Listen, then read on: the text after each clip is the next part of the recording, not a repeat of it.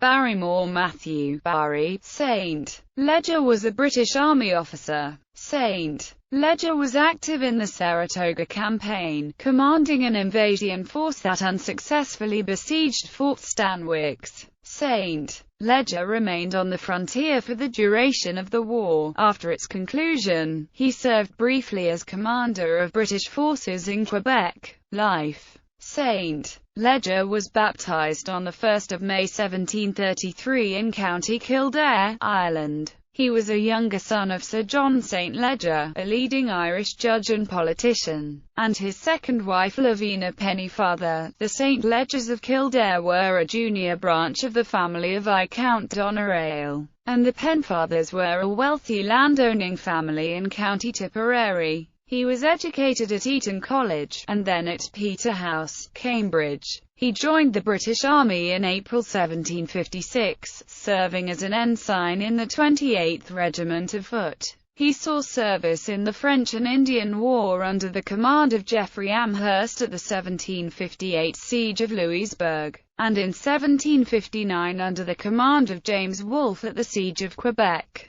He was appointed brigade major in July 1760 and served as a staff officer in the campaign against Montreal under James Murray. On 16 September 1762, St. Ledger was promoted to major in the 95th Regiment of Foot.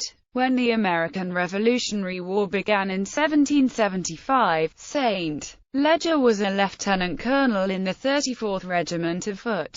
He saw service in the 1776 British relief of Quebec following the Continental Army's 1775 invasion of that province. He was selected to lead the Western Offensive that formed one leg of the 1777 Saratoga campaign. John Burgoyne brevetted him as brigadier general for this mission so that he would outrank the militia officers involved. He moved a mixed force of British regulars, Hessians, Indians, Canadians, and Loyalists up the St. Lawrence River to Fort Oswego, and from there to Fort Stanwix. The fort was more strongly defended than he and Burgoyne had anticipated, so he laid siege to it.